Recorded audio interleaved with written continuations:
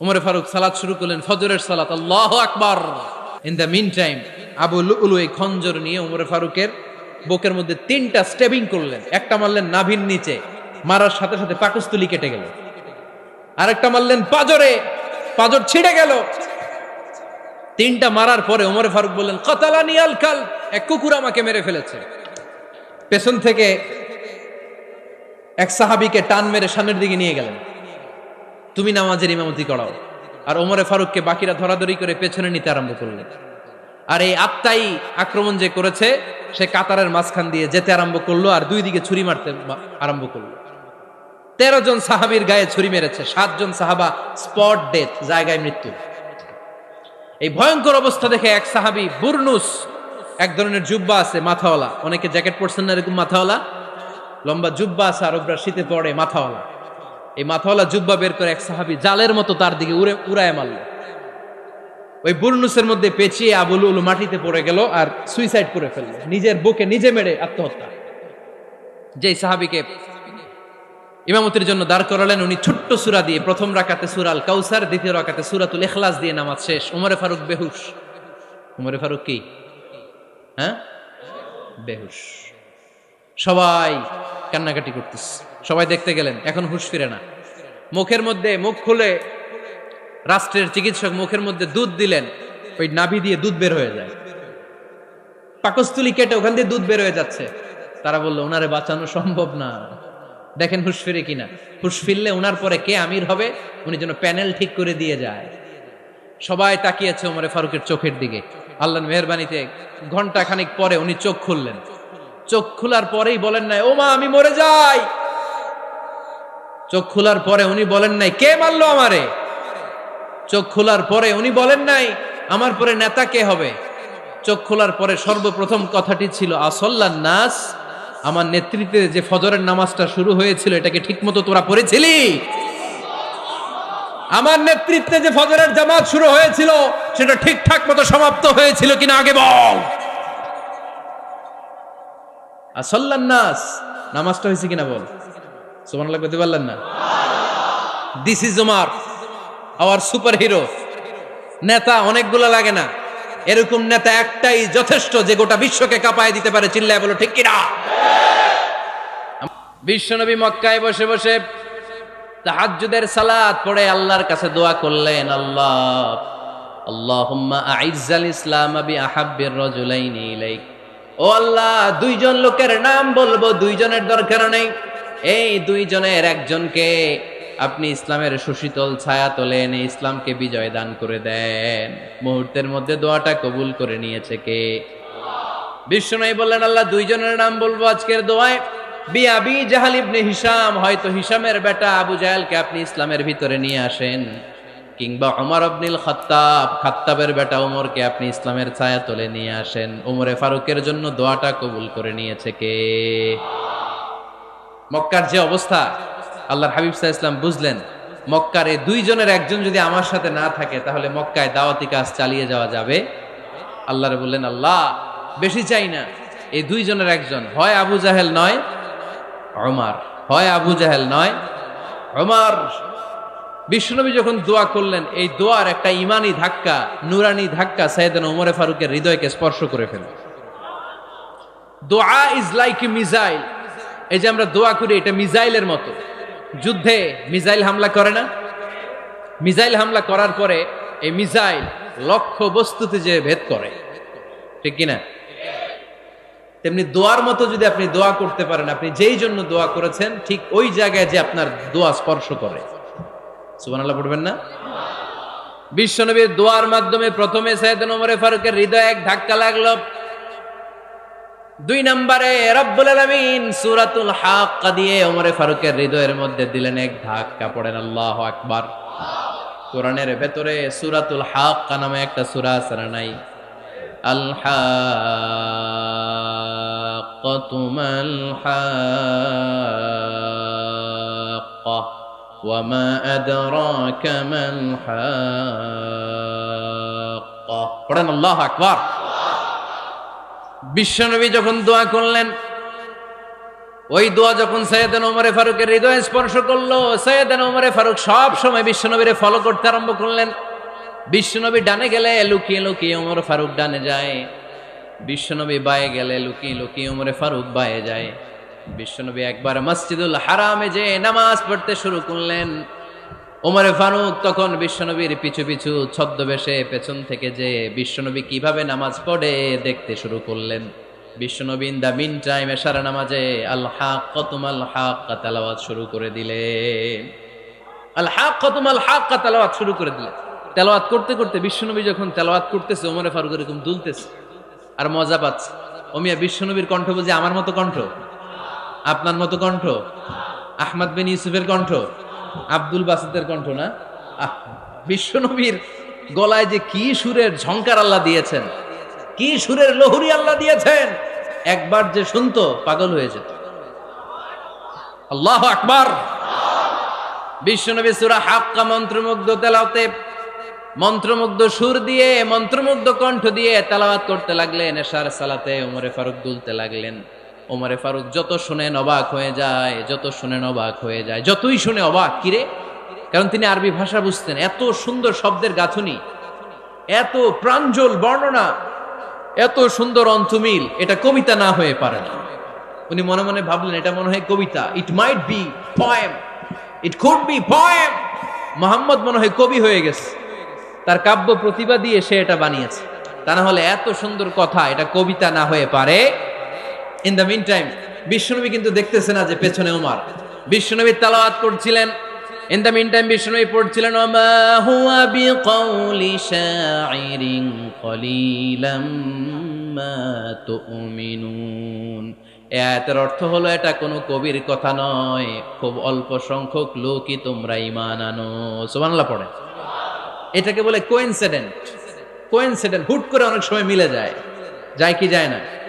আপনি একজনের কথা ভাবতেছেন ভাবতেছেন, বাজারে গেলেন, বাজারে যেই দেখেন ওই লোকটা দাঁড়ায় আছে, এরকম হয় কি হয় না? কোইন্সিডেন্ট। ওমরে ফারুক মনে মনে যেটা ভাবতেছে ওই কথা দিয়ে বিশ্বনবী তেলাওয়াত করতেছে। আল্লাহু আকবার। বিশ্বনবী যে আয়াত তেলাওয়াত করছিলেন, আয়াতের অর্থ হলো এটা কোনো কবির বানানো কবিতা না, খুব অল্প সংখ্যক লোকই তোমরা ঈমান আনো। ওমরে ফারুক আটকে উঠলেন, থমকে দাঁড়ালেন। ঘটনা কি? আমি মনে মনে ভাবলাম, কি রে এত সুন্দর কথা, এটা তো মানুষের কথা হতে পারে না, এটা নিশ্চয়ই কবিতা, কবির কথা। কিন্তু মুহাম্মদ এখন আবার পড়তেছে ওমা হুয়া বিকাউলি শাইর, এটা কোনো শায়েরের, কবির কথা নয়। কলিলাম মা তুমিনুন, অল্পই তোমরা ঈমান আনো। তার মানে আমার মনে যা চলে মুহাম্মদ এটা টের পায়। মুহাম্মদ গণক। নাউজুবিল্লাহ পড়বেন না? মুহাম্মদ অনেক বড় মাপের একজন গণক। মানুষের হৃদয়ে কি চলে, মনে মনে কি ভাবে, মুহাম্মদ না দেখেও বলে দিতে পারে। ইন দা মিন টাইম বিশ্বনবী পরের আয়াতে পড়লেন ওয়ালা বিকাউলি কাহিনিন কলিলাম মা তাযাক্কারুন। এই আয়াতের অর্থ হলো এটা কোনো গণকের বানানো গণনা নয়, খুব অল্প সংখ্যক লোকই তোমরা উপদেশ হিসেবে এটাকে মানো। সুবহানাল্লাহ পড়েন। এবার আর ওমরে ফারুকের সহ্য হয় না, কি আজীব তামাশা। প্রথমে মনে করলাম কবিতা, মোহাম্মদ কয় কবি না, সে কবি না, এটা কবিতা না। তারপর ভাবলাম সে গণক, সে আয়াত পরে পরে বলে দিল এটা গণনা নয়, তাহলে এটা কি? এটা কি কবিতাও না, গণনাও না, তাহলে এটা কি? বিশ্বনবী তখন বললেন তানজিলুম মির রাব্বিল আলামিন। সুবহানাল্লাহ পড়েন। পরের আয়াত ছিল তানজিলুম মির রাব্বিল আলামিন। এটা দুনিয়ার কোনো কবির বানানো কবিতা না, এটা কোনো গণকের গণনা না, এটা কোনো সাহিত্যিকের বানানো সাহিত্য নয়, এটা মহাবিশ্বের পরিচালক রব্বুল আলামিনের কাছ থেকে পাঠানো কিতাব কোরআন। সূরা হাক্কার ধাক্কায় ওমরে ফারুক কাইত। প্রথমে ধাক্কাটা লাগলো যে দোয়া। বিশ্বনবী তাহাজ্জুদে কেঁদে দোয়া করলেন, আল্লাহ হয় আবু জাহেল রে দিবা, নাইলে ওমর রে দিবা। ওই দোয়া ওমরে ফারুকের হৃদয়ে ছোঁয়া লেগেছে। এরপরে হাক্কা, সূরাতুল হাক্কা দিয়ে দিলে এক ধাক্কা। এই ধাক্কা খেয়ে উথাল পাথাল হৃদয়ের মধ্যে, হায় রে এ কি বাণী, এ কেমন কথা, কে মুহাম্মদ? তারপরও শয়তানের ওয়াসওয়াসা আছে না নাই? আল্লাহ বলে যতই ওয়াসওয়াসা ওমরকে দেয়া হোক, আমি ওমরে ফারুককে এই মুসলিম উম্মাতের সেনাপতি বানিয়ে ছাড়বো, আমি সেনাপতি বানাবো। এবার 3 নাম্বার ডোজ। ডাক্তারের কাছে গেলে প্রথমে দেখবেন সিম্পল ডোজ দেয়, নরমাল ওষুধ, এটাতে কাজ না হইলে ডোজ বাড়ায়, একেবারে কাজ না হইলে অ্যান্টিবায়োটিক মারে, আছে না নাই? আল্লাহ প্রথমে দোয়ার ছোঁয়া লাগালেন, তারপর সূরা হাক্কা দিয়ে ধাক্কা মারলেন, এরপরে রব্বুল আলামিন বলেন এবার ৩ নাম্বার ডোজ সূরা তহা দিয়ে আমি তোমার হৃদয়টারে উজালা বানায় দেব রে ওমর। শয়তান ওদিক দিয়ে ওয়াসওয়াসা, খেলা দুই দিক থেকে চলতেছে। আল্লাহ তাআলা হেদায়েতের রাস্তায় টানছে, শয়তান জাহান্নামের দিকে টানছে। ঘোষণা দেয়া হলো মক্কায়, মুহাম্মদের মাথা কেটে এনে দিলে এত এত স্বর্ণ মুদ্রা দেয়া হবে। ওমরে ফারুক রাজি হয়ে গেলেন, নাঙ্গা তলোয়ার নিয়ে বিশ্বনবীর মাথা কাটার জন্য ছুটলেন। নাউজুবিল্লাহ পড়বেন না? বনু জাহরা গোত্রের এক লোক বলে, আইনা ইয়া ওমর, কই যাও? মুহাম্মদের মাথা কাটতে যাই। আরে মুহাম্মদের মাথা কাটতে যাও? তোমার বোন ফাতিমা বিনতে খাত্তাব আর তোমার বোন জামাই সাঈদ কদ সাবা, এরা তো ধর্ম ত্যাগ করে ফেলছে, এটা তো আমাদের ধর্ম ত্যাগ করে মুহাম্মদের ফলোয়ার হয়ে গেছে। আগে ওমর ঘর সামলাও, পরে মুহাম্মদের মাথা কাটতে যেও। ওমরে ফারুক অবাক হয়ে গেলেন, তলোয়ার নিয়ে বিশ্বনবীর দিকে না যে নিজের বাড়ির দিকে চলে গেলেন। বিশ্বনবীর আপন বোন ফাতিমা বিনতে খাত্তাব, বোন জামাই সাঈদ আর খাব্বাব রাদিয়াল্লাহু তাআলা আনহু তিনজন মিলে সূরা তহা তেলাওয়াত করছিলেন। পড়েন সুবহানাল্লাহ। মক্কায় লুকিয়ে লুকিয়ে দাওয়াত হতো। খাব্বাব রাদিয়াল্লাহু তাআলা আনহু একটা চামড়ার ফলকের মধ্যে সূরা তহার কয়েকটা আয়াত এনে ওমরে ফারুকের বোন আর বোন জামাইকে শিক্ষা দিচ্ছে, ট্রেনিং দিচ্ছে। সুবহানাল্লাহ পড়েন। লুকিয়ে লুকিয়ে ওমরে ফারুক যখন ঘরে চলে আসলেন, এরা তটস্থ হয়ে গেল। সাইয়েদনা খাব্বাব বিছানার তলায় লুকিয়ে গেলেন। ওমরে ফারুক বললেন, দরজা খোলো।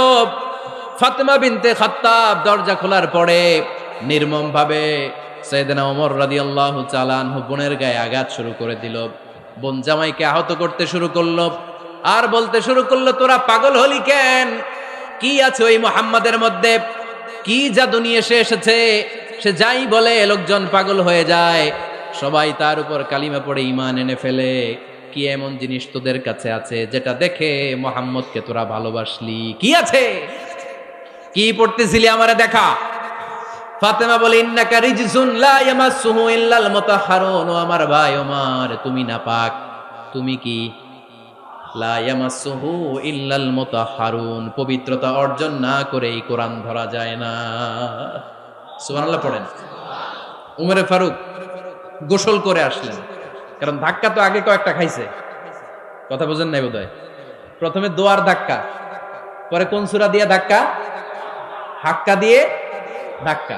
৩ নম্বরে এখন আর একটা ধাক্কা খাবে। গোসল করে আসলেন। ফাতিমা বিনতে খাত্তাব বললেন, গোসল যখন করে এসেছেন, এই নেন। উমরে ফারুক এবার চামড়ার কাপড়ের মধ্যে সূরা তহার প্রথম আয়াতের দিকে নজর করলেন। নজর করেই কোরআনের প্রেমে পড়ে গেলেন। পড়েন সুবহানাল্লাহ। উমরে ফারুক পড়তে আরম্ভ করলেন, তহা মা আনজালনা আলাইকাল কুরআনা লিতাশকা ইল্লা তাযকিরাতাল লিমান ইয়াখশা তানজিলাম মিম্মান খালাকাল আরদা ওয়াস সামাওয়াতিল উলা। সুবহানাল্লাহ পড়েন। উনি পড়তে আরম্ভ করলেন, তহা মা আনজালনা আলাইকাল কুরআনা লিতাশকা, এই কোরআনকে আমি তোমাদের হতভাগ্য জাতি হিসেবে দুনিয়ায় থাকার জন্য পাঠাই নাই। এটা রব্বুল আলামিনের পক্ষ থেকে এসেছে। যারা রবকে ভয় করে তাদের জন্য আছে উপদেশ। যিনি আকাশ বানিয়েছেন, জমিন বানিয়েছেন, ওই আল্লাহ তাআলা নিজেই এই কোরআন পাঠিয়েছে। আওয়াজ করে পড়তে হবে, আল্লাহু আকবার। উনি খুব ভালো আরবি জানতেন। সূরা তহা পড়ার পরে আর ধৈর্য ধারণ করতে পারে না। ওমরে ফারুক ছোট্ট বাচ্চার মতো কান্না শুরু করে দিলেন। আল্লাহু আকবার। সূরা তহাটা হাতে নিয়ে, তলোয়ারটা হাতে নিয়ে বিশ্বনবীর দিকে ছুটতে আরম্ভ করলেন। আইনা মুহাম্মদ, কোথায় মুহাম্মদ? তোমরা আমাকে মুহাম্মাদের কাছে নিয়ে চলো। বিশ্বনবী তখন সাফা পাহাড়ের পাদদেশে দারুল আরকাম ইবনে আলকামের ঘরে লুকিয়ে লুকিয়ে কোরআনের দাওয়াত দিতেন। ওমরে ফারুককে পাগলের মতো ছুটে আসতে দেখে বিশ্বনবীর চাচা হামজা ইবনে আব্দুল মুত্তালিব বলল, নবী আপনি পালান। ওই যে খাত্তাবের বেটা ওমর আপনাকে অপমান করার জন্য, আক্রমণ করার জন্য তেরে এসেছে। সাহাবীরা বললেন, নবী আপনি পালিয়ে যান, আমরা সামাল দেব। বিশ্বনবী বললেন, না আমি পালাবো না, বরং তোমরা সরে যাও। ওমর ইবনুল খাত্তাবকে আমার দরবার পর্যন্ত আসতে দাও। আমার তো মনে হচ্ছে ওই যে তাহাজ্জুদের নামাজ শেষে চোখের পানি ছেড়ে যে আমি আল্লাহর কাছে দোয়া করেছি, আজকে আমার ওই দোয়াটা কবুল হতে শুরু করেছে। আমার তো মনে হচ্ছে আমার ওই দোয়া কবুল হবে, আসতে দাও। ওমরে ফারুক এসে বললেন, আশহাদু আল্লা ইলাহা ইল্লাল্লাহ ওয়া আশহাদু আন্না মুহাম্মাদান আবদুহু ওয়া রাসূলুহু। আমি সাক্ষ্য দিলাম আল্লাহ ছাড়া কোনো ইলাহা নাই, নিশ্চয় আপনি আল্লাহর প্রেরিত বান্দা এবং রাসূল। পড়েন সুবহানাল্লাহ। ওমরে ফারুক যখন কালিমা শাহাদা পড়ে মুসলমান হয়ে বিশ্বনবীর হাতে হাত রাখলেন, মুসলিম সাহাবীদের মধ্যে খুশি আর আনন্দের বন্যা বয়ে গেল। মুসলিম হাতে গোনা সাহাবারা আল্লাহর প্রশংসা করলেন। বিশ্বনবী সাইয়েদনা ওমরে ফারুককে জড়িয়ে ধরলেন। ওমরে ফারুক এবার বিশ্বনবীরে বললেন, নবী গো, আলাসনা আলাল হক, আমরা কি সত্যের উপরে আছি নাকি আমরা ভুলের উপরে আছি? বিশ্বনবী বললেন, বালা নাহনু আলাল হক, আমরাই সত্যের উপরে আছি। সুবহানাল্লাহ পড়েন। আলাসনা আলাল হক, নবী আমরা কি সত্যের উপরে নাই? হ্যাঁ অবশ্যই ওমর, তুমি সত্যের উপরে আছো। ওমরে ফারুক বললেন, তাহলে ফাফিমাল ইখতিফা, তাহলে লুকায় লুকায় আর দাওয়াত দেব কেন? আমি তো কালিমা পড়ে ফেলছি, আসেন আমার সাথে বের হই। ফাফিমাল ইখতিফা, আর লুকায় লুকায় কেন? আসেন আমরা বাইরে বের হই। বিশ্বনবী বললেন, ওমর এটা মাক্কি জীবন, এখানে আমরা একটু গোপনে গোপনে দাওয়াত দিতে চাই। ওমরে ফারুক বলে, না, আমার দায়িত্ব, আমি একটা মিছিল দিতে চাই নবী। আল্লাহর নামের তাকবীর দিতে দিতে দারুল আরকাম থেকে শুরু করে মসজিদুল হারাম পর্যন্ত একটা মিছিল দিয়ে আমি মক্কা কাঁপায়া দেব। অনুমতি দেন। বিশ্বনবী দিতে চান। ওমর ফারুক অনেক বোঝানোর পরে স্বল্প পরিসরের একটা অনুমোদন পাওয়া গেল বিশ্বনবী সাল্লাল্লাহু আলাইহি ওয়াসাল্লামের কাছ থেকে। কিন্তু মিছিল যে দিবে, মিছিলের জন্য লোকের দরকার আছে না নাই? এখানে লোক নাই, আমি একাই মিছিল দিতেছি। এটা জমবে, মিছিল জমবে। খুঁজে উনি 11 জন মুসলিম সাহাবা পেলেন। কয়জন? ওমরে ফারুক বললেন, 11 জনই সই। এই 11 জন নিয়েই আমি আল্লাহর নামের তাকবীর দিব। 2 লাইন করলেন। কয় লাইন? 2 লাইন। পেছনে 6 জন, আর এই লাইনের নেতা বানালেন বিশ্বনবীর চাচা হামজাকে রাদিয়াল্লাহু তাআলা আনহু। আর সামনে 5 জন, তার আগে দাঁড়ালেন উনি নিজেই। তাহলে 6 6 12। বললেন এই 2 লাইনই আমরা তাকবীর দিতে দিতে, বেশি না, এই দারুল আরকামের ঘর থেকে, আপনারা জানেন যে সাফা মারোয়া এখন যে সাই হয়, এই সাফার পাদদেশে ছিল দারুল আরকামের ঘর। উনি বললেন এখান থেকে ওই যে কাবার গিলাফ দেখা যায়, কাবার গিলাফ পর্যন্ত আমরা এই তাকবীর নিয়ে ওখানে যাব। সুবহানাল্লাহ পড়বেন না? ওখানে উনি দাঁড়িয়ে ছোট্ট একটা ভাষণ দিয়েছিলেন। উনি বলেছিলেন, মান আরাদা আন তাসকুলা উম্মু ওয়া ইয়াতামা ওয়ালাদু ওয়া তারমিলা যাওজাতুহু ফালিয়াসুদ্দানি। খেয়াল করে শুনেন, কান দুইটা খরগোশের কানের মতো খাড়া করেন। উনি এক বাক্যের একটা ভাষণ দিলেন। ভাষণ দিতে জানলে বড় ভাষণ দেয়া লাগে না। এক বাক্যের ভাষণ দিয়ে গোটা বিশ্বকে ঝাঁকুনি মারা যায়। চিল্লায় বলো ঠিক কিনা? ওমরে ফারুক এক বাক্যের একটা ছোট্ট ভাষণ দিলেন। মান আরাদা আন তাসকুলা উম্মু, কে আছো মায়ের এই মক্কায়, কে আছো মায়ের বুক খালি করতে চাও? ইয়াতামা ওয়ালাদু, কে আছো বাচ্চাগুলারে, নিজের সন্তানগুলোরে ইয়াতিম বানাতে চাও? কে আছো তারমিলা যাওজাতুহু, নিজের স্ত্রীকে বিধবা বানাতে চাও? ফালিয়া সুদ্দানি, বুকের পাটা থাকলে আমি ওমর রে থামাও। ফালিয়া সুদ্দানি, দেখি মক্কায় কার এত বড় বুকের পাটা। কে আছো মায়ের বুক খালি করতে চাও, সন্তান রে এতিম বানাতে চাও, স্ত্রীকে বিধবা বানাতে চাও? ফালিয়া সুদ্দানি, পারলে আমারে ঠেকাও। এই বলে উনি আল্লাহু আকবার, আল্লাহু আকবার, আল্লাহু আকবার বলে স্লোগান শুরু করে দিলেন। এক এক স্লোগানে মক্কার মরুজমিন থারথার করে কাঁপতে আরম্ভ করলো। এই মিছিল মক্কার কেউ দেয় নাই। মিছিলের আওয়াজ শুনে আবু জাহেল বাইরিস, উতবা বাইরিস, শাইবা, ওয়ালিদ ইবনে মুগিরা সব বের হয়েছে। কিরে, আমার এলাকায় এত বড় স্লোগান, কার এত সাহস? বের হয়ে দেখে মিছিলের সামনে ওমর। ওমর রে দেখে দিছে একদম। কারণ ওমরে ফারুককে থামানোর মতো বাপের বেটা মক্কায় দ্বিতীয়টা কেউ ছিল না। আওয়াজ করে বলেন ঠিক কিনা? ওমরে ফারুক আল্লাহু আকবার, আল্লাহু আকবার বলে স্লোগান দিতে দিতে মসজিদুল হারামের ভেতরে ঢুকে গেল। কাবার গিলাফ ধরার পরে সেদিন মিছিল থেমেছে। ওই আল্লাহর নামের স্লোগান সেদিন কেউ থামাতে পারে নাই, কিয়ামত পর্যন্ত কেউ থামাতে পারবে না। চিল্লায় বলো ঠিক কিনা? ওই রকম একটা ওমরের দরকার, আমাদের বেশি চাই না। জোরে বলেন ঠিক কিনা? দাও খোদা দাও আমায় আবার ওমর দারাজ দিল, দাও খোদা দাও আমায় আবার ওমর দারাজ দিল, দাও আলীর মতো বীর সেনানি, আলীর মতো বীর সেনানি জাগাতে নিখিল, দাও খোদা দাও আমায় আবার ওমর দারাজ দিল। সুবহানাল্লাহ পড়েন। একটা ওমর লাগবে, চিল্লায় বলেন কয়টা? ওই ওমরের অপেক্ষায় বাংলাদেশ সহ গোটা মুসলিম উম্মাহ, ঠিক কি না?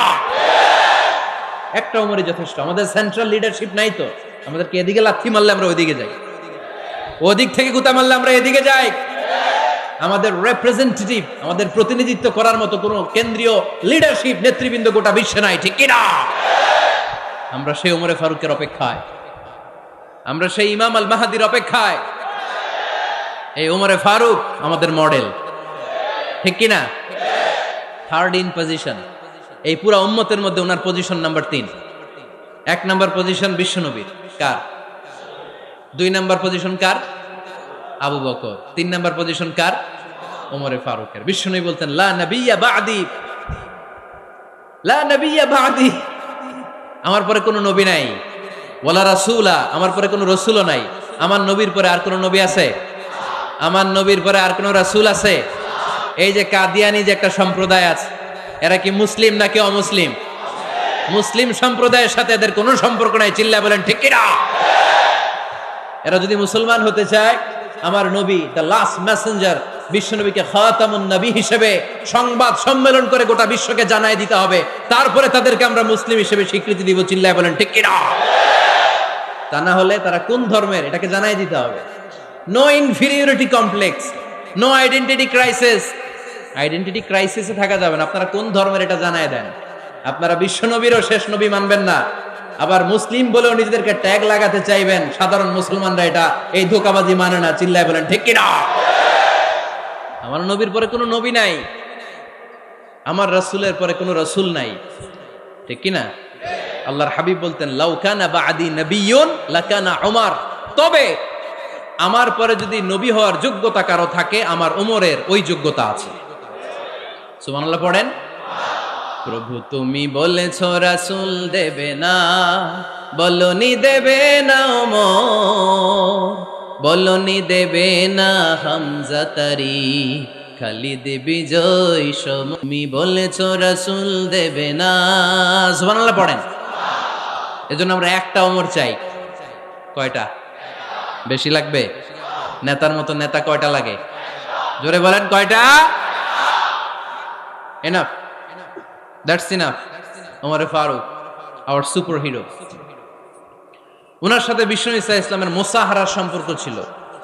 ওমরে ফারুক যে বিশ্বনবীর শ্বশুর, এটা অনেকে জানেই না। ওমরে ফারুক রাদিয়াল্লাহু তাআলা আনহু বিশ্বনবীর শ্বশুর ছিলেন। এটা আজকে নতুন শুনছেন, কে কে হাত তোলেন? দেখছেন হুজুর? সঠিক বলছি না আমি? অনেকে আমরা জানি না। মাশাআল্লাহ, জানতে লজ্জা নাই, শিখতে লজ্জা নাই। লজ্জা হচ্ছে অজ্ঞতায় আর মূর্খতায়, ঠিক কি না? আমরা শিখতে রাজি আছি। যে কথা বলে আমরা তার ছাত্র। আমার আগে হুজুর কথা বলতেছিলেন, আমরা ছিলাম ছাত্র। এখন আমি কথা বলতেছি, এখন আমরা সবাই হয়ে গেছি ছাত্র, ঠিক কি না? যিনি বলেন তিনি শিক্ষক, বাকিরা আমরা ছাত্র, ঠিক কি না? 4 খলিফার 2 খলিফা, ইসলামের 4 খলিফার 2 খলিফা বিশ্বনবীর মেয়ের জামাই, আর বাকি 2 খলিফা বিশ্বনবীর শ্বশুর। সুবহানাল্লাহ পড়েন। সাইয়েদনা আলী রাদিয়াল্লাহু তাআলা আনহু, সাইয়েদনা উসমান যুন-নূরাইন বিশ্বনবীর মেয়ের জামাই। উসমান রাদিয়াল্লাহু তাআলা আনহুর কাছে বিশ্বনবী 2 মেয়েকে বিয়ে দিয়েছিলেন। একজন মারা যাওয়ার পরে আরেকজন। বিশ্বনবী বলেছেন এরপরে আরেকটা থাকলে ওইটারও বিয়ে দিতাম। সুবহানাল্লাহ পড়বেন না? 2 জন ছিল মেয়ের জামাই আর 2 জন ছিল শ্বশুর। সাইয়েদনা আবু বকর শ্বশুর, বিশ্বনবীর স্ত্রী আম্মাজান আয়েশা রাদিয়াল্লাহু তাআলা আনহার বাবা। বিশ্বনবীর স্ত্রী আম্মাজান হাফসা রাদিয়াল্লাহু তাআলা আনহার বাবা ছিল সাইয়েদনা ওমর ফারুক। চিল্লায় পড়েন আল্লাহু আকবার। জান্নাতুল পজিশন না, সাইয়্যিদু কুহুলিল জান্নাহ। জান্নাতে যত নারীরা যাবে, নারীদের সর্দারিনী হবে সাইয়্যিদাতুনা ফাতেমা রাদিয়াল্লাহু তাআলা আনহা। এই ফরিদপুরের যত ইয়াং স্টাররা, তোমরা যারা জান্নাতে যাবে, তোমাদের লিডার হবে সাইয়েদনা হাসান আর হুসাইন রাদিয়াল্লাহু তাআলা আনহুমা। আর বয়স্ক মুরব্বীরা যারা জান্নাতে ঢুকবেন, আপনাদের লিডার হবে সাইয়েদনা আবু বকর আর সাইয়েদনা ওমর ফারুক রাদিয়াল্লাহু তাআলা আনহু। সুবহানাল্লাহ পড়তে পারলেন না? ওমর ফারুক এটা সাধারণ কোনো ক্যারেক্টারিস্টিক্স নয়, ওনাকে আল্লাহ তাআলা নলেজও দিয়েছেন, আবার দিনদারিও দিয়েছেন। আমার দিনী ভাইয়েরা খেয়াল রাখবেন, কোনো আলেমের মধ্যে বা কোনো নেতার মধ্যে যদি এই দুইটার সমন্বয় আপনি পান, যে তার জ্ঞানও আছে আবার দিনদারিও আছে, he belongs the knowledge and he belongs the তাকওয়া, সে গোটা বিশ্বকে জয় করে ফেলবে। ঠিক কিনা? যার মধ্যে জ্ঞান আছে, যার মধ্যে তাকওয়া আছে, তারে কেউ থামায় রাখতে পারে? ওমরে ফারুককে এই দুই নেয়ামত দিয়ে ধন্য করেছে কে? সহিহ বুখারীর বর্ণনা, বিশ্বনবী সাহাবীদের সামনে একটা স্বপ্নের কথা বলছেন। বিশ্বনবী বললেন, আমি স্বপ্নে দেখলাম আমার আঙ্গুলের ফাঁকা থেকে দুধ বের হচ্ছে, আমি তৃপ্তি সহকারে দুধ খেলাম। খাওয়ার পরে দেখলাম আঙ্গুলের মধ্যে একটু দুধ লেগে আছে। আমার আঙ্গুলে অতিরিক্ত লেগে থাকা দুধটা আমি ওমরে ফারুকের মুখের মধ্যে লাগিয়ে দিলাম। সাহাবারা বললেন, ইয়া রাসূলুল্লাহ, ইয়া হাবিবাল্লাহ, মাযা আওয়ালতা বিহি, এই স্বপ্নের আপনি কি ব্যাখ্যা করলেন, আমরা তো বুঝলাম না। বিশ্বনবী বললেন, আওয়ালতু বিহি আল ইলম, আমি এই দুধ দিয়ে জ্ঞানের ব্যাখ্যা করেছি, কারণ ওমরকে আল্লাহ যেই জ্ঞান দিয়েছে গোটা বিশ্বের কাউকে এত জ্ঞান দেয় না। এজন্য স্বপ্নে যদি কেউ দেখেন যে আপনি দুধ খাচ্ছেন, তার মানে আল্লাহ তাআলা আপনার জ্ঞান বাড়ায় দিবে। ওমরে ফারুককে দুধ খেয়ে অতিরিক্ত দুধের অংশটা বিশ্বনবী আবু বকর রাদিয়াল্লাহু তাআলা আনহুর মুখে দেন নাই, সাইয়েদনা উসমানের মুখে দেন নাই, আলী রাদিয়াল্লাহু তাআলা আনহুর মুখে দেন নাই। স্বপ্নে ওই অতিরিক্ত লেগে থাকা দুধটা বিশ্বনবী ওমরে ফারুকের ঠোঁটের মধ্যে লাগিয়ে দিয়েছেন। এই হাদিস থেকে প্রমাণ হয় আল্লাহ তাআলা জ্ঞানের নেয়ামতে সাইয়েদনা ওমরে ফারুককে ধন্য করেছেন। আবার বুখারীর বর্ণনা, বিশ্বনবী সাল্লাল্লাহু আলাইহি ওয়াসাল্লাম আরেকটা স্বপ্নের বর্ণনা দিচ্ছেন। তিনি বললেন, তোমাদের সবাইকে স্বপ্নে আমার সামনে দাঁড় করানো হলো। আমি দেখলাম তোমাদের কারো জুব্বা নাভি পর্যন্ত, কারো জুব্বা হাঁটু পর্যন্ত, কারো জুব্বা টাকনু পর্যন্ত। ওমরে ফারুককে যখন স্বপ্নে আমার সামনে দাঁড় করিয়ে দেয়া হলো, আমি দেখলাম ওমরের জুব্বা এত লম্বা, ওমর টেনে হিচড়ে তার জুব্বা নিয়ে সামনে হেঁটে যাচ্ছে। সাহাবারা বললেন, ফামাযা আওয়ালতা বিহি ইয়া রাসূলুল্লাহ, ও আল্লাহর রাসূল, এই স্বপ্ন দিয়ে আপনি কি বুঝাতে চাইলেন, আমরা কিছু বুঝলাম না। বিশ্বনবী বললেন, আউয়ালতু বিহি আদ-দীন, আমি এই হাদিসের দ্বারা দিনের ব্যাখ্যা করলাম, যার জামা যত লম্বা তার দিনদারি তত বেশি। সুবহানাল্লাহ, আসতে পড়েন। স্বপ্নে দেখলেন কোন সাহাবীর জুব্বা নাভি, কোন সাহাবীর হাঁটু, কারোটা টাকনু, কিন্তু ওমরে ফারুকের জুব্বা এত লম্বা, ইয়াজুরু সাওবাহু, তিনি তার জুব্বা টেনে হিচড়ে যাচ্ছেন। বিশ্বনবী বললেন, এটা দ্বারা আমি দিন, আমি তাকওয়া, দিনদারি, তাকওয়া, এটার ব্যাখ্যা করেছি। তার মানে ওমরে ফারুকের তাকওয়ার সামনে সব তাকওয়া পানি হয়ে যাবে। কোন সুবহানাল্লাহ। আল্লাহ তাআলা সাইয়েদনা ওমরে ফারুককে দ্বীনের জ্ঞান দিয়েছেন, তাকওয়া দিয়েছেন। যুবক ভাইয়েরা, যাকে আল্লাহ তাআলা দ্বীনের জ্ঞান দেয়, যাকে আল্লাহ তাআলা তাকওয়ার এই গুণ দিয়ে সমৃদ্ধ করে, তার জন্য গোটা বিশ্বের সব দরজাগুলোকে ওপেন করে দেয় কে? কত বড় মুত্তাকি ছিলেন সাইয়েদনা ওমরে ফারুক। মদিনার সমাজে কয়জন মুনাফিক ছিল বিশ্বনবী ছাড়া কেউ বলতে পারতেন না। বিশ্বনবী কোন সাহাবীকে মুনাফিকদের লিস্ট দিয়ে যান নাই, একজন সাহাবী ছাড়া। দেখি কেউ বলতে পারেন কিনা ওই সাহাবীর নাম? কি নাম? হুযায়ফা ইবনুল ইয়ামান রাদিয়াল্লাহু তাআলা আনহু। উনাকে বলা হতো সাহিবু সিররি রাসূলিল্লাহ, আল্লাহ রাসূল সাল্লাল্লাহু আলাইহি ওয়াসাল্লামের গোপন তথ্যের ধারক বাহক। সুবহানাল্লাহ পড়বেন না? বিশ্বনবী ইন্তেকালের আগে মদিনার সমাজে মোট কয়জন মুনাফিক আছে, এই তথ্য আবু বকরকে বলেন নাই, ওমর রাদিয়াল্লাহু তাআলা আনহুকে বলেন নাই, উসমান রাদিয়াল্লাহু তাআলা আনহু, আলী রাদিয়াল্লাহু তাআলা আনহু, আশারাতুল মুবাশশিরিন বিল জান্নাহ কোন সাহাবীকে বলেন নাই। শুধুমাত্র কেবলমাত্র একমাত্র হুযায়ফা ইবনুল ইয়ামান রাদিয়াল্লাহু তাআলা আনহুর কাছে মুনাফিকদের লিস্টে বিশ্বনবী দিয়ে গিয়েছেন। সুবহানাল্লাহ পড়েন। মদিনায় কারা কারা মুনাফিক কেউ জানতো না, হুযায়ফা ছাড়া। কে ছাড়া? নামটা আজকে মুখস্থ করেন, যাতে অন্য কোনো ওয়াজে কেউ জিজ্ঞেস করলে বলতে পারেন। মুনাফিকদের লিস্ট যে সাহাবীর কাছে বিশ্বনবী দিয়ে গিয়েছিলেন, সাহাবীর নাম কি? নাম? নামটা কেমন লাগে? ভাল লাগে? অনেকে আমারে জিজ্ঞেস করে, হুজুর আমার ছেলে হবে আগামী মাসে, একটা নাম দেন। নাম দিয়ে দিলাম হুযায়ফা। যাদের হবে ছেলে, এলাকার যাদের নেক্সট কয়েক মাসে ছেলে হবে, খালি হুযায়ফা চলবে। কি চলবে? ভাল লাগে নামটা? ভাল লাগে, রাইখেন, অনেক সুন্দর নাম। উনি জানতেন মুনাফিক কারা। দেখেন ওমরে ফারুকের তাকওয়ার লেভেলটা কত হাই। ওমরে ফারুক একদিন হুযায়ফা রাদিয়াল্লাহু তাআলা আনহুর কাছে গেলেন, যে বললেন, হুযায়ফা, বিশ্বনবী ইন্তেকালের আগে মুনাফিকদের নামের লিস্টটা কারো কাছে দেয় নাই, আমার জানা নাই, সাইয়েদনা আবু বকরের জানা নাই, কোন সাহাবীর জানা নাই, তুমি ছাড়া। আমি তোমার কাছে জানতে চাই, আমি ওমরের নামটা ওই মুনাফিকদের খাতায় আছে কিনা আমার একটু বলো। আমার ওমরের নামটা ওই মুনাফিকদের লিস্টিতে একটু আছে কিনা, নামটা একটু বলো। যদি থাকে আমি ভালো হয়ে যাব, আমি নেফাকি দূর করে পাক্কা মুমিন হতে চাই। আমার নাম যদি মুনাফিকের লিস্টে থাকে আমি তো শেষ। হুযায়ফা চোখের পানি ছেড়ে দিয়ে বলে, আমিরুল মুমিনিন, কেমন প্রশ্ন করলেন আপনি? আপনি বিশ্বনবীর শ্বশুর, এই উম্মতে আপনার পজিশন 3 নাম্বার। আপনারে মুনাফিকরা ভয় পায়, শয়তান আপনারে ভয় পায়। আপনি জান্নাতে সব বয়স্ক লোকদেরকে নিয়ে জান্নাতের মধ্যে আগে আগে ঢুকবেন, কেমন করে মুনাফিকদের কাতারে আপনার নাম থাকতে পারে ওমর? সুবহানাল্লাহ পড়ে। কি বিনয়ী, কি তাকওয়া। হুযায়ফাকে যে ধরতেন, হুযায়ফা একটু বলো না আমার নামটা মুনাফিকদের লিস্টিতে আছে কিনা। ওমরে ফারুকের যদি এই টেনশন থাকে যে আমি মুনাফিক হয়ে গেলাম কিনা, আমাদের এই টেনশন থাকার দরকার আছে না নাই? হ্যাঁ, যেন সব সময় আল্লাহর কাছে দোয়া করতে হবে, আল্লাহ তুমি নেফাকি থেকে আমাদেরকে বাঁচাও। আরো জোরে পড়েন আমিন। আপনারা ওঠা বসা শুরু করলেন কেন? অনেক রাত হয়ে গেছে তাই? হ্যাঁ, শেষ করে দেই তাহলে না? যে অনেকের কষ্ট হচ্ছে মনে হচ্ছে। হ্যাঁ, এক নম্বরে যাচ্ছে এটা সব মুখস্থ দেখি।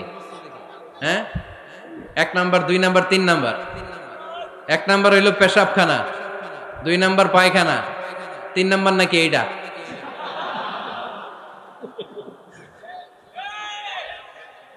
আছে না নাই? না। সিগারেট কোন মুসলমান খেতে পারে? সিগারেট হয় টোবাকো প্ল্যান্টস থেকে, তামাক পাতা। ফরিদপুরে চাষ হয় নাকি?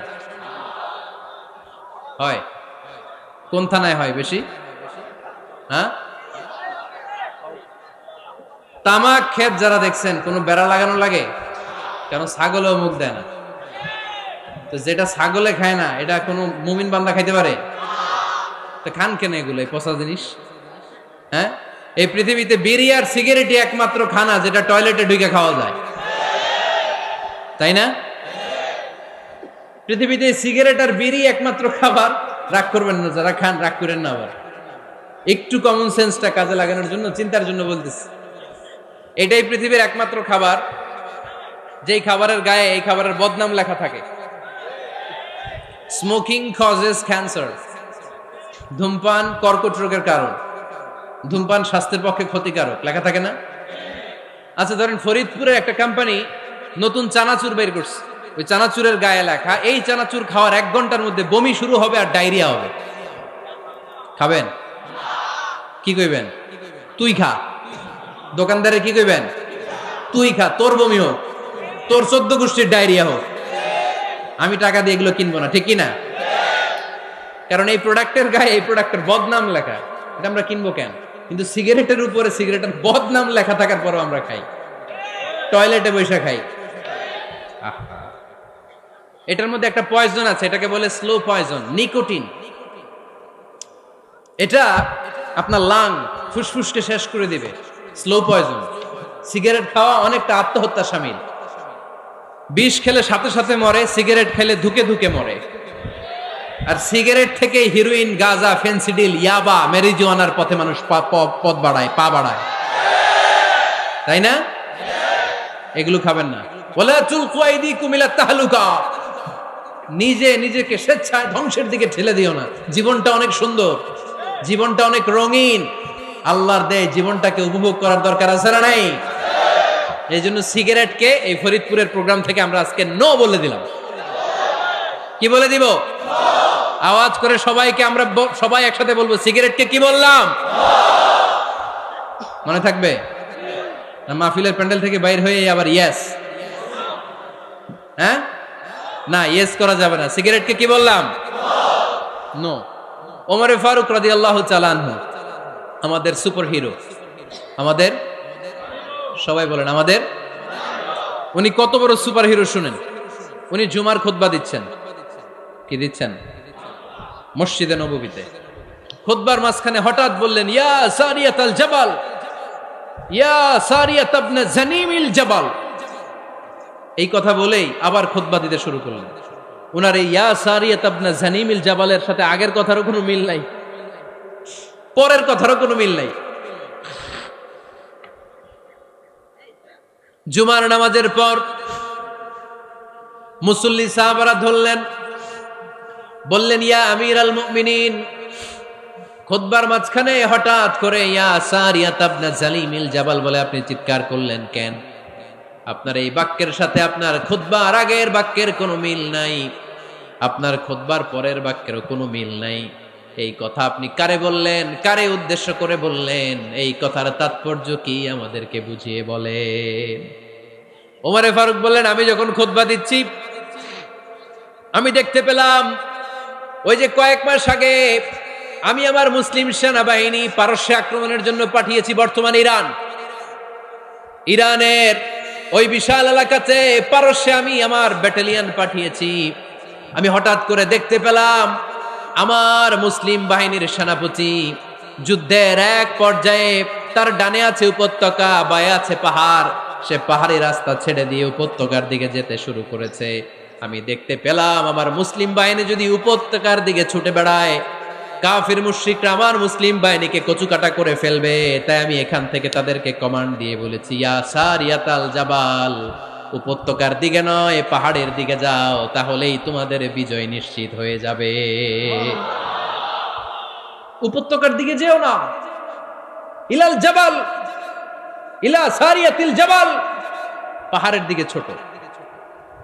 সাহাবারা অবাক, ঘটনা কি? উনি বসে আছেন মদিনায় মসজিদে নববীর মিম্বারে দাঁড়িয়ে, উনি যদি ইয়া সারিয়াতাল জাবাল বলে, এটা কি ইরানে যাবে নাকি? ও মিয়া, তখনকার সময়ে বর্তমানের মতো মোবাইল ছিল নাকি? ইন্টারনেট ছিল নাকি? কিছু ছিল? খালি মুখে আমি যদি বলি ইয়া সারিয়াতাল জাবাল, এটা ইরানে যাবে, ইন্ডিয়ায় যাবে, ঢাকায় তো যাবে না, ফরিদপুর শহরেই তো বসবে না, ঠিক কিনা? কিন্তু এটা আমিরুল মুমিনিন বিশ্বাসী সাহাবারা বিশ্বাস করে নিল। কিছু মুনাফিক ছিল, এরা কয় না ঝামেলাস, এটা তো সম্ভব না। এক কাজ করি, এই সেনাপতি যখন বিজয়ী বেশে মদিনায় ফিরে আসবে আর আমরা ধরব। এরা দিন গুনতে লাগলো, এই সেনাপতি মুসলিম বাহিনী নিয়ে পারস্য জয় করে কবে ফিরে আসবে। এই মুনাফিকের দলগুলো কখনো সেনাবাহিনীকে অভ্যর্থনা জানাতে যেত না, কিন্তু এইবার সবার আগে মদিনার উপকণ্ঠে যে সেনাপতিদেরকে অভ্যর্থনা জানানোর জন্য ফুল নিয়ে রেডি। ফুল নিয়ে দাঁড়ায় সেনাপতি ঢুকার সাথে সাথে ধরছে, এই সেনাপতি কোত্থেকে আসছে? কয় পারস্য জয় করে আসছে। কয় এমন এমন দিন, জুমার দিন দুপুর বেলা যুদ্ধের মাঝখানে আমিরুল মুমিনিনের কণ্ঠের কোন কথাবার্তা শুনছো নাকি? সেনাপতি অবাক, কয় তোমরা জানলা কেমনে? শুনছি তো। সুবহানাল্লাহ পড়বেন না? আমরা যুদ্ধে একটা ভয়ঙ্কর অবস্থার মধ্যে ছিলাম, পেছন থেকে শত্রুরা আমাদেরকে আক্রমণ করতে শুরু করে দিল। ডানে যাব না বায়ে যাব, সামনে যাব নাকি পেছনে যাব, রাস্তা খুঁজে পাচ্ছি না। ডান দিকে ছিল আমাদের উপত্যকার রাস্তা, বাঁ দিকে ছিল পাহাড়ি পথ। আমরা সোজা পথ হবে মনে করে উপত্যকার দিকে ছুটতে আরম্ভ করলাম। হঠাৎ করে আমিরুল মুমিনিনের কণ্ঠ বজ্র কণ্ঠে আমার কানের মধ্যে ভেসে আসলো। আমার মনে হলো আমিরুল মুমিনিন কেমন যেন আমাকে কমান্ড দিচ্ছেন আর বলছেন, ইয়া সারিয়াতাল জাবাল, ডান দিকে উপত্যকার পথে নয়, তাড়াতাড়ি পাহাড়ের দিকে সৈন্য বাহিনী নিয়ে উঠে যাও। পাহাড়ের দিকে, ডানে না, this is wrong track and this is the right track.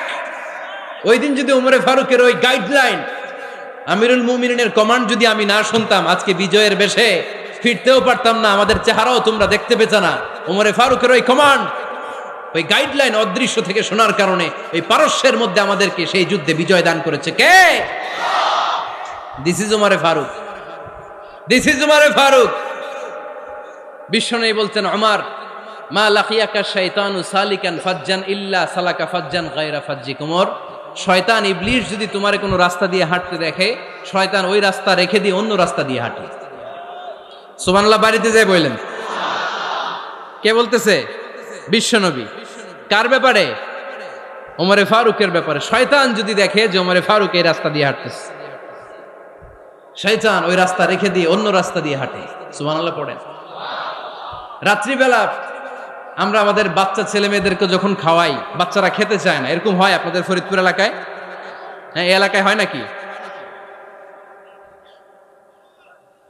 খেতে চায় না বাচ্চারা, এই চকলেট দেখায়া, এই মিনা কার্টুন দেখায়া, এইটা সেইটা এগুলো সেগুলো বলে, গল্প টল্প বলে ভুলাইয়া খাওয়ানো লাগে, তাই না? তারপরও খায় না। আমারও ছোট মেয়ে আছে, খেতে চায় না, এইটা সেইটা এমনি সেমনি খাওয়ানো লাগে। তো শেষে না পেরে মা বাবা বলতে বাধ্য হয়, ওই যে ভূত আসতেছে, ভূত, তাড়াতাড়ি তাড়াতাড়ি খাও, নাহলে যে ভূত ধরবে তোমারে। ওই যে বাঘ আসতেছে, বাঘ, তাড়াতাড়ি খাইলে নাহলে বাঘে কামড়াবে। বলি না আমরা? আপনারা কি বলেন? ভূত। আর কি বলেন? হ্যাঁ হ্যাঁ, আচ্ছা, এক এক জায়গায় এক একটা আমরা বলি, ভূত আসবে, বাঘ খাবে, ভাল্লুক খাবে, তাড়াতাড়ি খাও। মদিনাতে যখন ওমরে ফারুক আমিরুল মুমিনিন, মদিনার মায়েরাও বাচ্চাদেরকে খাওয়াতে পারতো না, ছোট্ট মেয়েদেরকে খাওয়াতে পারতো না, খাওয়া নিয়ে যন্ত্রণা করতো। বাচ্চারা যখন মদিনায় খেতে চাইতো না রাত্রিবেলায়, মদিনার মায়েরা বলতো তাড়াতাড়ি খাও, হা হুয়া ইয়াতি উমর, হা হুয়া ইয়াতি উমর, তাড়াতাড়ি খা, নাইলে ওই যে ওমর আসতেছে, Omar. This is our super hero সাইয়েদনা ওমর ফারুক রাদিয়াল্লাহু তাআলা। শুধু শয়তানি ভয় পেত না, মুনাফিকরাও ভয় পাইতো, জমের মতো ভয়।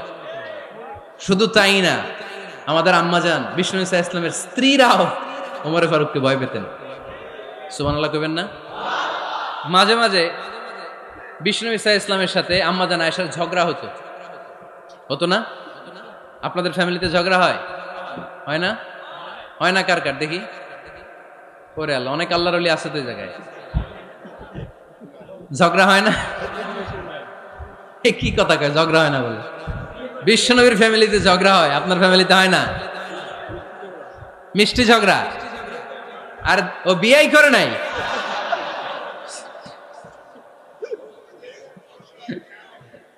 ঝগড়া তো হবেই, দাম্পত্য জীবনের মজাটাই তো এখানে। কখনো ঝগড়া, কখনো আনন্দ, একটু বৃষ্টি, একটু রোদ, একটু হাসি, একটু কান্না, ভালো লাগা ভালোবাসা শেয়ার করে নেয়া, মিলেমিশে একাকার হয়ে যাওয়া, ঠিক কিনা? তো আল্লাহর হাবিব সাল্লাল্লাহু আলাইহি ইসলামের সাথে আম্মাজান আয়েশার ঝগড়া হতো। তো একদিন ঝগড়া হয়ে দুইজন রেগে আছে। খবরদার, দুইজন রেগে থাকবেন না আবার। একজন রাগলে আরেকজন থেমে যাবেন, কারণ এই ছোট্ট ঝগড়া থেকে এটা অনেক সময় বিচ্ছেদের দিকে গড়ায়। আমার প্রিয় ফরিদপুরবাসী, ভাবি রেগে গেলে আপনি রাইগেন না, ওই দিন আপনি একটু ঠান্ডা থাকেন। আবার আপনি রেগে গেলে, আমার মাইকের আওয়াজ যদি ভাবিরা শুনেন, আপনারা রেগে যায় না, একটু ঠান্ডা থাকবেন। দুইজনে রেগে গেলে তো তৃতীয় বিশ্বযুদ্ধ শুরু হবে, তাই না? একজন রেগে গেলে আরেকজন ঠান্ডা। কারণ এই সামান্য ঝগড়া থেকে ইগোর কারণে এটা বিচ্ছেদ আর ডিভোর্স পর্যন্ত গড়ায়। আর শয়তান এখানে উস্কানি দেয়, কারণ ইমানদারদের ফ্যামিলি ভাঙতে পারলে শয়তান সবচেয়ে বড় খুশি হয়।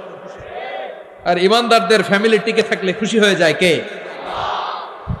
আম্মাজান আয়েশা রাদিয়াল্লাহু তাআলা আনহার সাথে বিষ্ণু ইসা ইসলামের ঝগড়া হতো মাঝে মাঝে। একবার ঝগড়া হলো, বিষ্ণু ইসা ইসলামও রাগ, আম্মাজান আয়েশাও রাগ। বিষ্ণুই বললেন, আয়েশা, ঝগড়া করে আর কতক্ষণ থাকবো, আসো মিটমাট করি। আয়েশা রাদিয়াল্লাহু বললেন, ঠিক আছে, মিটমাট করব। তো বিষ্ণু ইসা ইসলাম বললেন, মিটমাটের জন্য কারে ডাকবো? ওমর রে ডাকি। কয় না, ওমর রে না, ওমর গালিজ, ওমর অনেক রাগে, আমার ডর লাগে। কয় তাহলে তোমার আব্বারে ডাকি। কয় ডাকেন। কি খুশি! মেয়েদের মধ্যে অভ্যাসটা আছে না নাই? তাহলে তোমার আব্বারে ডাকি, ডাকেন। ডেকে নিয়ে আসা হলো। আবু বকর রাদিয়াল্লাহু তাআলা আনহু দাঁড়ালেন, আম্মাজান আয়েশা দাঁড়ালেন, বিশ্বনবীও দাঁড়ালেন। বিশ্বনবী বললেন, আয়েশা, তোমার আব্বা আসছে, এবার ঘটনা খুলে বলার পালা। তুমি বলবা নাকি আমি বলবো? আম্মাজান আয়েশা বললেন, আপনি বলেন, তবে ওয়ালা তাকুল ইল্লা হাক্কান, যেটা ঘটছে ওইটাই বললেন, মিথ্যা কথা কইেন না।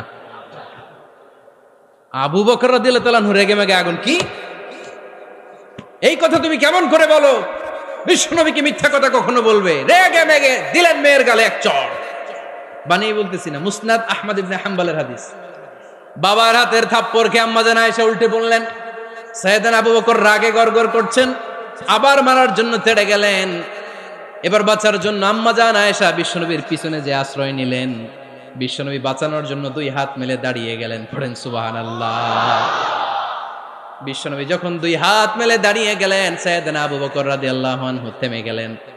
সাইয়েদনা আবু বকর রাদিয়াল্লাহু তাআলা আনহু ঘর থেকে বের হয়ে বারান্দায় দাঁড়ালেন। পড়েন সুবহানাল্লাহ। এবার বিশ্বনবী আম্মা জান আয়েশার কাছে যেয়ে বলেন, ইয়া আয়েশা কাইফা রাআইতিনি আনকাসতুকি মিনার রাজুল, দেখছো কেমনে বাঁচাইলাম? আমি না থাকলে ভর্তা বানাই ফেলতো আজকে। আমি বাঁচাইছি তোমারে, আমি আমার লগে ঝগড়া করো তুমি। লজ্জায় পড়ে আম্মা জান আয়েশা খিলখিল করে হেসে দিলেন, বিশ্বনবীও হেসে দিলেন। দুইজনের হাসির মধুর আওয়াজ শুনে সাইয়েদনা আবু বকর বাইরে থেকে অবাক, কিরে এতক্ষণ না ঝড় তুফান, এখন দেখি হাসি। সালাম দিয়ে অনুমতি নিয়ে ভিতরে ঢুকলেন। ঢুকে দেখেন আম্মা জান আয়েশাও হাসে, বিশ্বনবীও হাসে। এ হাসি দেখে আবু বকর রাদিয়াল্লাহু আনহু হেসে দিলেন। আরশের উপর থেকে খুশি হয়ে গেলেন কে?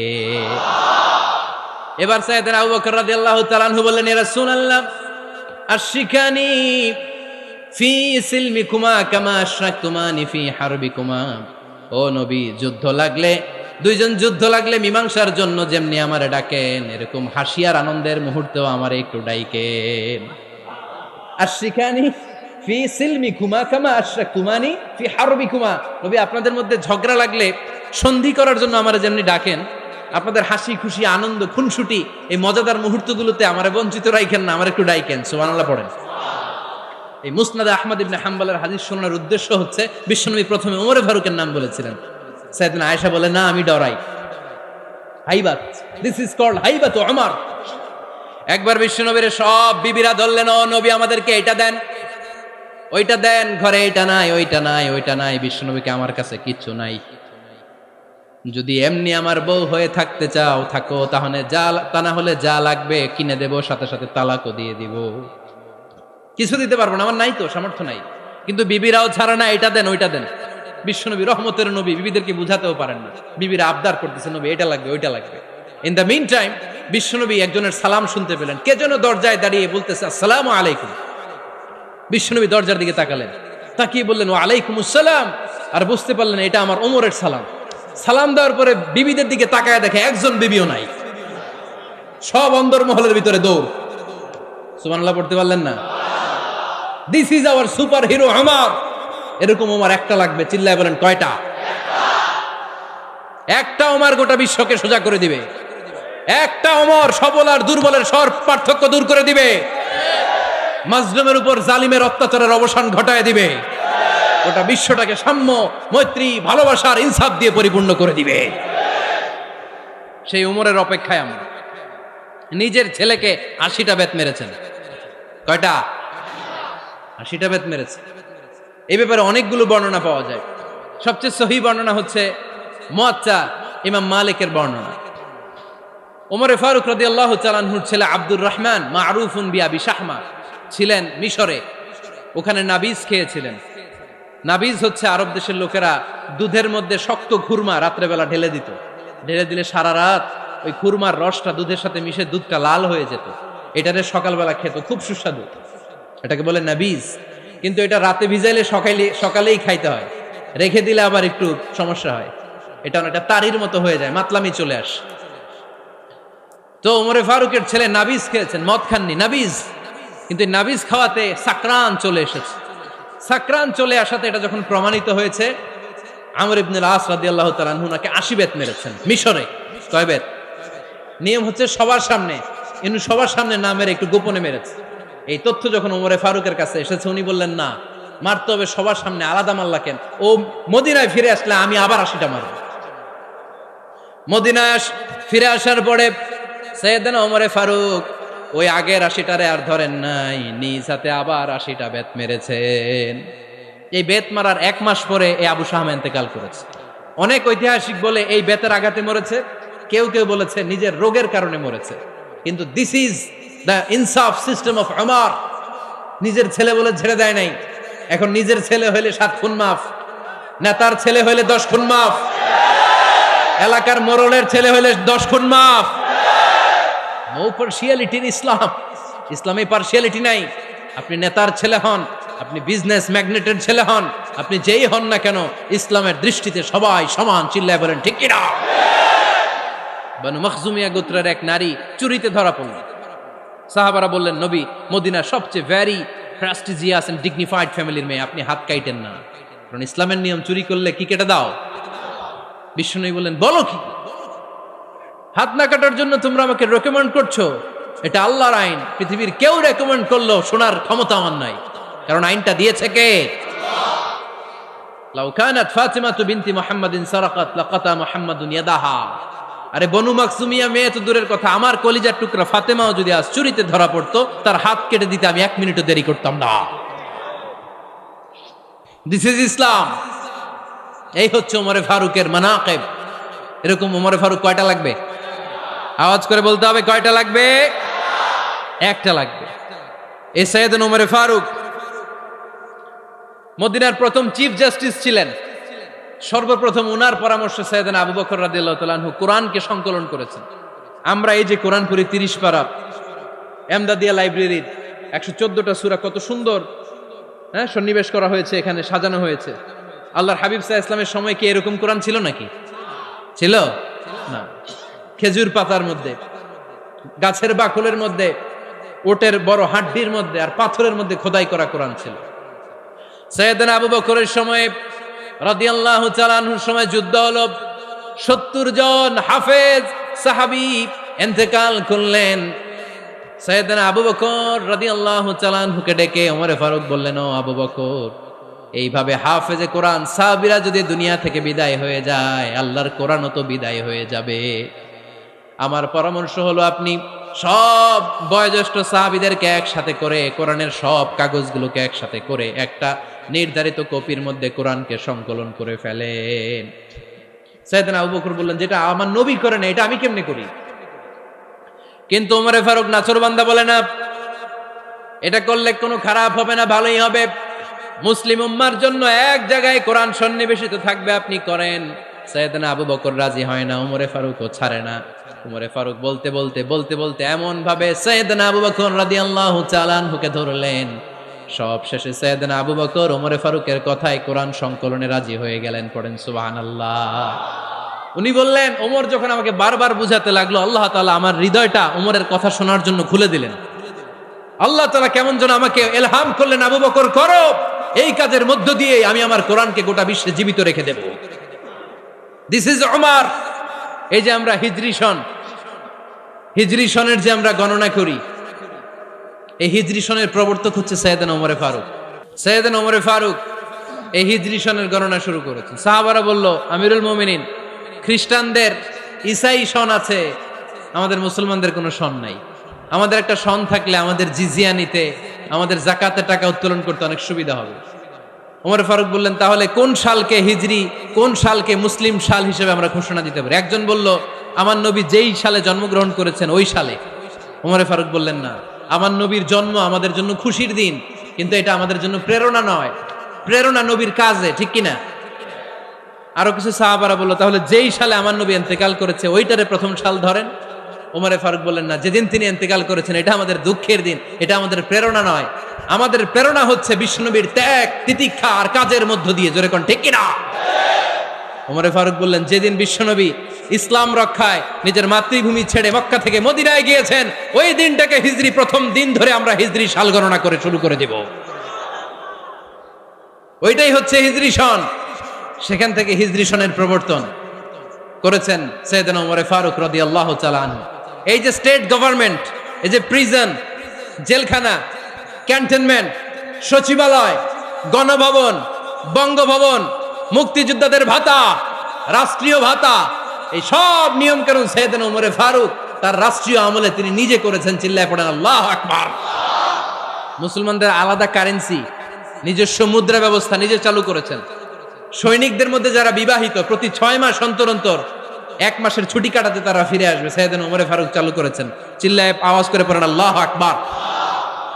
এই যে আমরা 20 রাকাত সালাতুত তারাবি পড়ি রমাদানে, পড়েন না আপনারা? এটা সাইয়েদনা ওমর ফারুক চালু করেছে। সুবহানাল্লাহ পড়তে পারলেন না? কোরআনে মোট 22টা আয়াত আছে যেখানে সাহাবারা ইনডিসিশনে ভুগছিলেন। বিশ্বনবীর মত একটা, ওমর ফারুকের মত আর একটা। এই 22 জায়গায় আল্লাহ তাআলা বিশ্বনবীর মতের পক্ষে আয়াত নাজিল না করে ওমরে ফারুকের মতের পক্ষে করোনার আয়াত নাজিল করেছেন। আওয়াজ করে পড়েন আল্লাহু আকবার।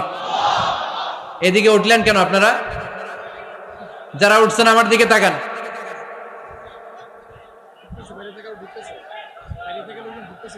কিছু ভিতরে ঢুকতেছে, কিছু বাইরেতেছে না?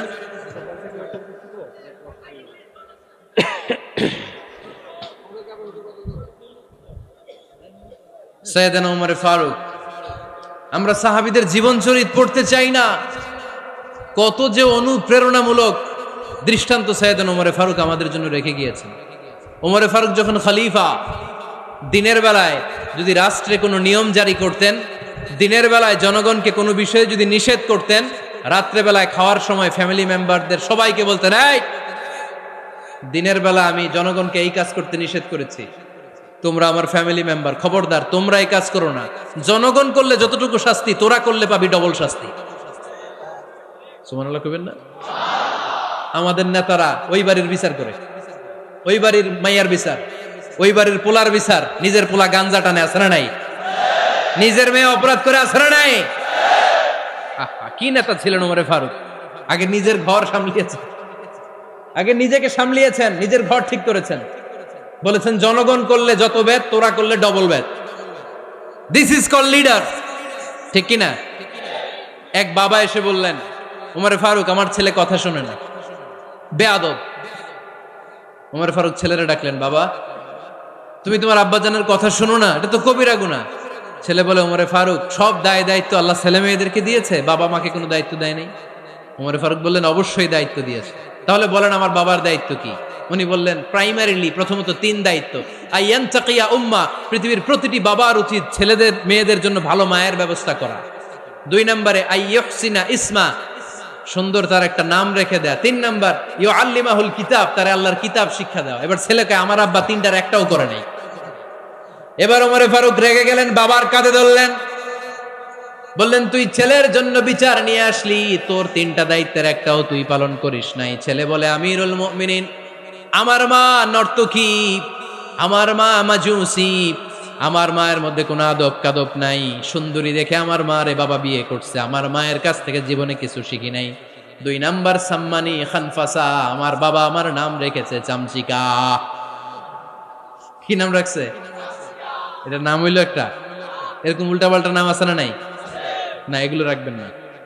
আব্দুল্লাহ রাখবেন, আব্দুর রহমান রাখবেন, আর একটা কি বলছি আজকে? হুযায়ফা রেখে দিয়েন, পারবেন? ওয়ালাম ইউআল্লিমনি হারফাম মিন কিতাবিল্লাহ, আমিরুল মুমিনিন শুধু তাই না, আল্লাহর কোরআনের একটা অক্ষর আমার বাবা কোনোদিন আমারে শিক্ষা দেয় নাই। ওমর ফারুক রেগে গেলেন, এবার বাবার কান্দে ধইরা মারতে শুরু করলেন। তুই পোলার নামে বিচার নিয়ে আইছিস, তোরে মার দিমু আগে। এরকম নেতার দরকার আছে না নাই? মদিনায় এক লোক তার বউরে রাগের চোটে 100 তালাক দিয়ে ফেলছে। কয় তালাক দেয়ার নিয়ম কয়টা? দিছে কয়টা? এবার স্ত্রী কাঁদতে কাঁদতে এসে বলে, আমিরুল মুমিনিন দেখেন, আমার স্বামী আমারে রেগে মেগে 100 তালাক দিচ্ছে। ওমর ফারুক বললেন, দইরা নিয়ে আয় এটারে। নিয়ে আসা হলো। ওমর ফারুক বললেন, কয়টা তালাক দিয়েছো? কয় 100টা। কেন দিছো? কয় মাথা গরম আছিল। এরকম আছে না? তালাক দেওয়ার সময় সব তালাক, তুই তালাক, তোর মা তালাক, তোর বোন তালাক, সব তালাক। তালাক দিবে ওয়াইফ রে, দিতেছে সবাই রে। ওমর ফারুক বললেন, দিবে 3টা, 100টা দিলা কেন? কয় মেজাজ গরম ছিল।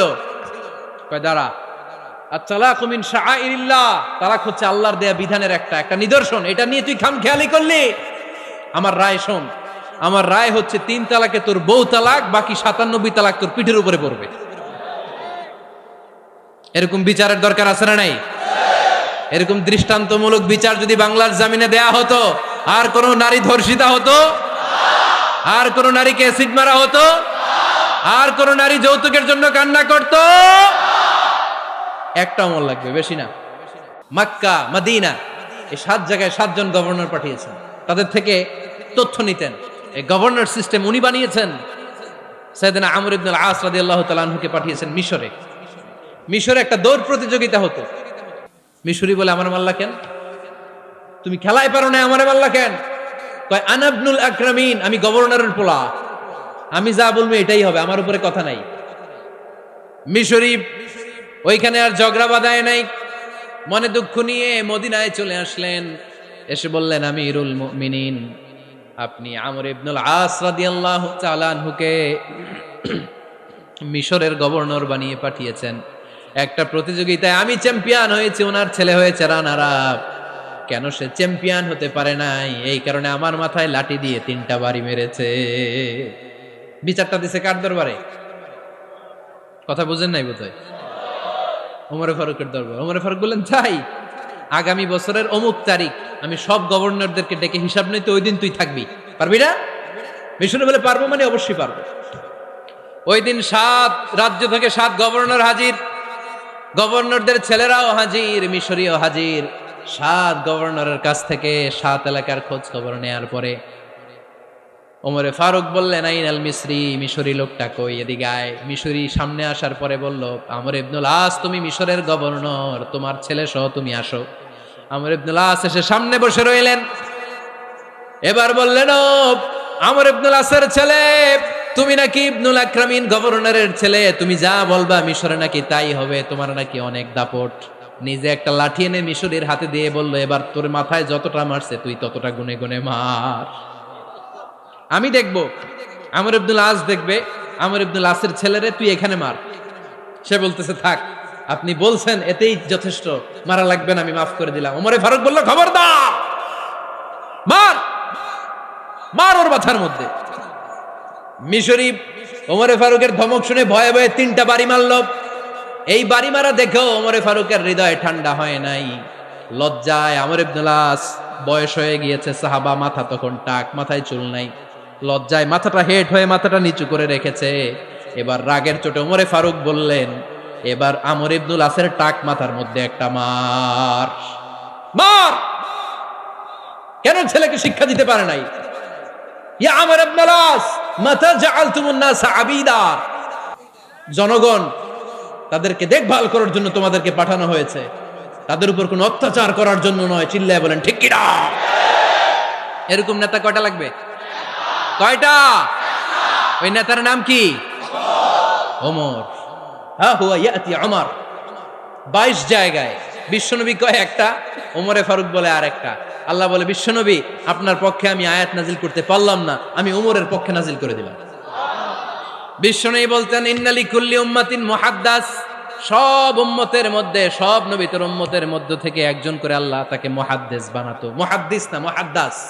মুহাদ্দাস মানে এমন লোক যিনি যা ভাবতো ওই ভাবনাটাই আল্লাহ আয়াত হিসেবে নাজিল করে দিতেন। বিশ্বনবী বলেন, আমার উম্মতের মধ্যে মুহাদ্দাস হচ্ছে সাইয়েদনা ওমর। মদিনার সবচেয়ে বড় মুনাফিকের নাম আব্দুল্লাহ ইবনে উবাই ইবনে সালুল, সব মুনাফিকদের সরদার। কিন্তু এই মুনাফিকের ছেলেটা হলো পাক্কা ইমানদার। এই ছেলের নাম হলো আব্দুল্লাহ। আওয়াজ করে বলেন, ছেলের নাম কি? আব্দুল্লাহ ইবনে উবাই ইবনে সালুল, মুনাফিক সরদার যখন ইন্তেকাল করলো, সাইয়েদনা আব্দুল্লাহ রাদিয়াল্লাহু তাআলা আনহু বিশ্বনবীর কাছে এসে চোখের পানি ছেড়ে ডেকে বলে, নবী আপনিও জানেন, আমিও জানি, মদিনার সবাই জানে আমার আব্বা মুনাফিকদের সরদার, কিন্তু আমার মন তো মানে না, আমার তো পিতা, আমার তো বাবা লাগে, আমার তো মন মানে না। আপনিও জানেন মুনাফিক, আমিও জানি মুনাফিক। নবী আপনার দরবারে কিছু আমি চাই না, আপনার গায়ের একটা জামা দেন, আপনার জামাটা পরিয়ে আমার বাবারে দাফন দিব। এর উসিলায় যদি আমার আব্বারে আল্লাহ মাফ করে দেয়, দয়ার নবী মায়ের নবী জামা খুলে দিয়ে দিলেন। পড়েন সুবহানাল্লাহ।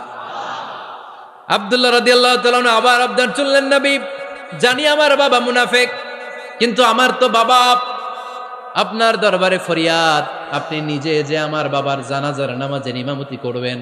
দয়ার নবী মায়ার নবী জানাজার নামাজে যেতে চাইলেন। ওমরে ফারুক বললেন, নবী না, খবরদার, আপনি উবাই ইবনে সালুলের জানাজায় যাবেন না। বিশ্বনবী জোর করে যেতে চাইলেন। সাইয়েদনা ওমরে ফারুক বিশ্বনবীর জামা পেছন থেকে টেনে ধরলেন। আল্লাহু আকবার। টেনে ধরলেন, যাবেন না আপনি। ওমরে ফারুকের হাত থেকে হ্যাচকা টান মেরে জুব্বা টান দিয়ে বিশ্বনবী জানাজায় চলে গেলেন। রব্বুল আলামিন আয়াত নাজিল করলেন, ইস্তাগফির লাহুম আও লা তাস্তাগফির লাহুম ওয়া ইন তাস্তাগফির লাহুম 70 মাররাতান ফালান ইয়াগফিরাল্লাহু লাহুম। নবী গো, একবার নয়, দুইবার নয়, 70 বারও যদি এই মুনাফিকের জন্য আপনি ক্ষমা চান, তার জন্য ক্ষমা নাই, তার জন্য আছে জাহান্নাম। ওয়ালা তাকুম, আপনি যাবেন না আলা কবরি, কখনো তাদের জানাজায় যাবেন না। এই যে একটা ভুল করে ফেলছেন, এটা এইবারই শেষ, এরপরে আর যাবেন না। সাইয়েদনা ওমর ফারুকের পক্ষে আল্লাহ তাআলা কোরআনের আয়াত নাজিল করে দিলেন, চিল্লায় পড়েন আল্লাহু আকবার। এভাবে 22টা জায়গায় ওমর ফারুক যা বলেছে এটা নিয়ে একটা আলাদা আলোচনা হইতে হবে, আলাদা একটা আলোচনা লাগবে যে 22টা আয়াতে আল্লাহ তাআলা বিশ্বনবীর পক্ষে কোরআনের আয়াত নাজিল না করে সাইয়েদনা ওমর ফারুকের পক্ষে আয়াত নাজিল করেছেন, চিল্লায় পড়েন সুবহানাল্লাহ। ওই ওমর ফারুককে আমাদের মডেল বানানোর দরকার আছে না নাই? ওই ওমর ফারুকের জীবনী আমাদের ছেলে মেয়েদেরকে পড়ানোর দরকার আছে না নাই? আমাদের ভবিষ্যৎ প্রজন্ম এগুলো জানে না। ওরা সালমান খান দেখে বড় হয়, ওরা শাহরুখ খান দেখে বড় হয়, ওরা ঋত্বিক রোশনকে দেখে বড় হয়, ওরা মনে করে যে এরাই বড় সুপার হিরো। আমাদের যে কত বড় সুপার হিরো আছে এরা জানেই না। নতুন প্রজন্মের কর্ণকহুরে সাইয়েদনা ওমর ফারুকের ইতিহাস পৌঁছে দেওয়ার দরকার আছে না নাই? ওমর ফারুকের ইন্তেকালের ঘটনাটা বলেই আমরা মোনাজাতের দিকে যাব। শুনবেন? শুনতে চান? উনি স্বপ্নে দেখলেন একটা লাল মোরগ ওনাকে 3টা ঠোকর মেরেছে। কয়টা? উনি জুমার নামাজে, জিলহজ মাসের শেষ সপ্তাহে জুমার নামাজে বললেন যে একটা লাল মোরগ 3টা ঠোকর মেরেছে। মুগীরা ইবনে শুবা রাদিয়াল্লাহু তাআলা আনহুর দাস আবু লুলু আল মাজুসি, এই লোকটা খঞ্জর বানাতে পারত। মুগীরা রাদিয়াল্লাহু তাআলা আনহুর দাস। মুগীরা প্রতিদিন 4 দিরহাম করে চার্জ করত, যেহেতু দাস। সে এসে বিচার দিল, আমিরুল মুমিনিন, মুগীরা আমার থেকে বেশি টাকা চায়, জুলুম করে। ওমর ফারুক বললেন, তাই? তুমি কি কাজ জানো? বলে, আমি খঞ্জর বানাতে জানি। বাড়ি কই? পারস্য।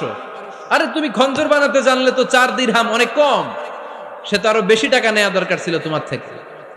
আবু লুলুর এই কথা পছন্দ হয় নাই। সে কয়, ওমর তুমি সবারে দয়া দেখাও আর আমার ক্ষেত্রে কঠিন নিয়ম বানাইলা, দাঁড়াও এই নিয়ম তোমারে আমি দেখাবো। এই রাগে সে বাড়িতে যে একটা খঞ্জর বানালো। কি বানালো? খঞ্জর চিনেন? ছোট্ট ছুরি। কিছুদিন আগে ওমানের সুলতান কাবুস ইন্তেকাল করেছে, জানেন আপনারা? ওনার এই কোমরের মধ্যে খঞ্জর থাকতো, ছবিতে দেখছেন? আরব শায়েখ যারা সুলতান আমির, কোমরে কি থাকে? ছোরা থাকে, খঞ্জর। সে বাসায় যে একটা খঞ্জর বানালো, যেই খঞ্জরের 2 মাথা, লাহু রাসান ওয়া মাকবাদাতুহু ফি ওয়াসাতি, আর ধরার হ্যান্ডেলটা মাঝখানে, এদিকেও ছুরি এদিকেও ছুরি, যাতে এইভাবে এইভাবে মারা যায়। সে ধার দিতে লাগলো আর বলল, ওমর দাঁড়াও তোমারে আমি দেখাবো। ওমর ফারুক মসজিদে নববীর ইমাম, ফজরের নামাজের সময় এ আবু লুলু আল মাজুসি বুরনুস পরে, চাদর পরে, লুকিয়ে লুকিয়ে, সে অগ্নি উপাসক, মুমিন নয়। ওমর ফারুককে অ্যাটাক করার জন্য গেলেন মসজিদে নববীতে। ওয়াকানু ইউসাল্লুনা বিগালাস, তখন ওনারা অন্ধকারে নামাজ পড়তেন। নামাজের সময় যখন হলো, লুকিয়ে লুকিয়ে প্রথম কাতারে ওমর ফারুকের পিছনে মুয়াজ্জিনের পাশেই দাঁড়ালো, হাতে খঞ্জর।